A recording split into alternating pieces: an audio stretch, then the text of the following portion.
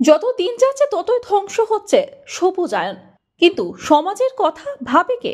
গাছ লাগাও, প্রাণ বাঁচাও সরকারিভাবে পদক্ষেপ নিলেও এখনো গাছ মাফিয়াদের তাণ্ডবে কেটে ফেলা হচ্ছে জীবন্ত গাছ। পরিবেশের ভারসাম্য নষ্ট হচ্ছে। তাই পরিবেশের কথা মাথায় রেখে প্রায় 20 বছর আগে গ্রামের একটি পুকুরের পাশে লাগানো হয়েছিল একটি বট গাছ ও অশ্বত্থ গাছ। সেই দুটি গাছ ধীরে ধীরে বড় হয়ে এখন গ্রামের মানুষের কাছে জীবন্ত ভগবান স্বরূপ।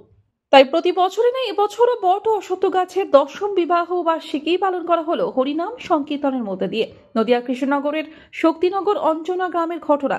গ্রামের মানুষের দাবি, তাদের একটাই উদ্দেশ্য, গাছের জীবন রক্ষা করা। কারণ যেভাবে গাছ কেটে ধ্বংস করে দেওয়া হচ্ছে, আগামী ভবিষ্যতে নতুন প্রজন্ম সব থেকে বেশি ক্ষতিগ্রস্ত হবে।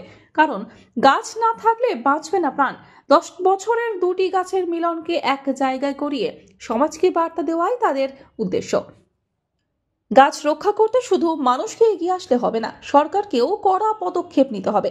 প্রতিদিন কোনো না কোনো গাছের প্রাণকে হত্যা করা হচ্ছে। এভাবে চলতে থাকলে পরিবেশকে হয়তো আর রক্ষা করা যাবে না।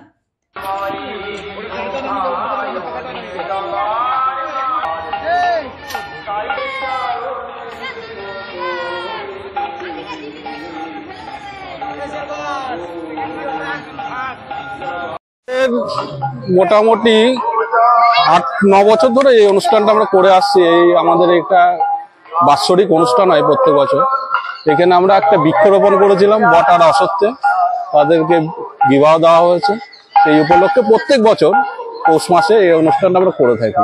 এই যে সবাই যে গাছগুলো কেটে ফেলছে অনেকে, আমরা একটা বার্তা দিতে যাচ্ছি যে নতুন করে সবাই গাছ লাগাক, পরিবেশটা যাতে সুস্থভাবে জীবনযাপন মানুষ করতে পারে, সেই একটা উদ্দেশ্য নিয়ে এই অনুষ্ঠানটা করা আমাদের।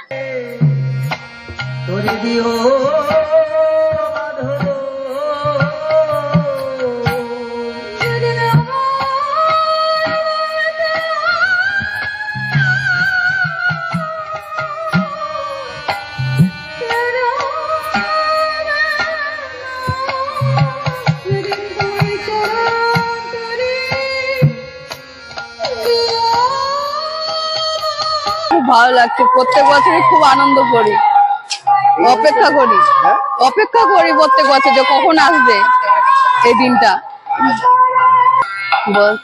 আমাদের এখানে প্রত্যেক বছরই এইরকম অনুষ্ঠান করা হয়। এই গ্রামের সব ছেলেরা একটা ক্লাব থেকে বট গাছে বট পাকুড়ের বিয়ে দিয়েছিল, সেই থেকে আমরা এখানে বিবাহবার্ষিকী পালন করি।